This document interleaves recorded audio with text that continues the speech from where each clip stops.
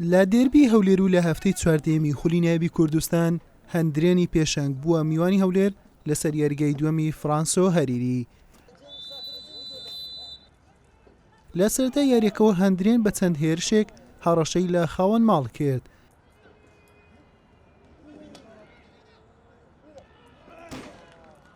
لە خولەکی 27 ناو بژوان لێدانێکی سزای بۆ هەولێر ئەژمار کرد. عەبدولقادر ئەیوب جێبەجێ کرد، محەممەد یاسین تۆپەکەی دوور خستەوە.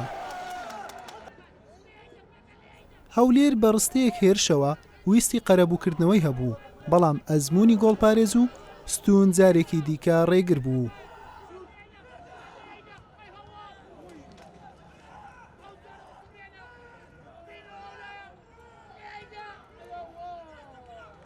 نیوەی دووەم دەستی پێکردەوە، هێرش بە هێرش هەردوویانە ئاڵوگۆڕیان دەکرد تا مەزرۆی گۆڵێک بوون بۆ دەستەوەرکردنی سێخاڵی یاریەکە.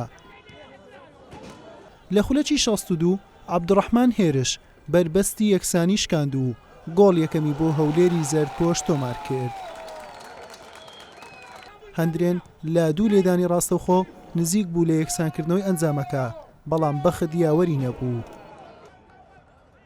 لە خولەکی 89 ناوبژوان لێدانی سزای دووەمی بۆ هەولێر ئەژمار کرد و تاڵب ڕەقیب سەرکەوتوانە جێبەجێ کرد و هەولێری کردە خاوەنی گۆڵی دووەم. لە خولەکی 94 ناوبژوان فیکەی لێدانێکی سزای بۆ هەندرێنیش لێدا و هێمن نازم تۆپەکەی بۆ دەرەوە ئاراستە کرد و دەرفەتی کەمکردنەوەی جیاوازەکەی لەدەستدا. یاری بە دوو گۆڵی پاک بە سوودی هەولێر بە کۆتا هات. تاو قسەکە زۆر تەواو یاریزانەکانمە لە ڕۆژی خۆمی لە بەڕاستی و یەک دوو پێکانیشمانە پێکانێک محەممەد هاوار و پێکانێکی ناو یاریگە یاسرمە پیش پێکان بوو بەڕاستیەوە تەسیراتی بوو. ڕۆز دەکرێت لە دەوری مووقفات ڕووداتن جارێ فەریق لە ڕۆژی خۆی نابیەوە ئەو ڕۆژە بووکەوە ئێمە لە ڕۆژی خۆمان نەبوو. ئەوشاڵە یاریەک ماوە لە قۆناغی یەکەم ئەو یاری بەسەرکەوتوی ئەنجام دەین و بتوانین لە قۆناغی دوم هەندێک گۆڕانکاری بکەین و بۆەوەی تیپەکە تۆکمەتر بکەین و هەر لە پێشەنگ بەردەوام بین. لەخوای بە زیادبی دەتوانم بڵێم یارێکی زۆر باشمان کرد بە هەم بە ئادا هەم بە نیجا توانیمان بەسەر یانەی هەندرێنی بەڕێز سێخاڵ یاریەکە بەدەست بێنین. یانی هەندێنش یانەیەکی باشە و خۆتان زانین ڕێزبەندی یەکەمە، بەڵام کە یاریت کرد حەقی یاریتدا بێگومان سێخاڵ یاریەکە بەدەست دێنین.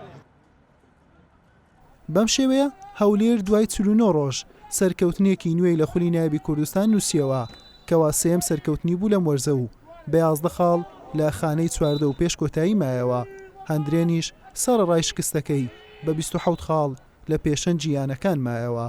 حوسێن محەممەد، کەناڵی ئاسمانی پێام، هەولێر.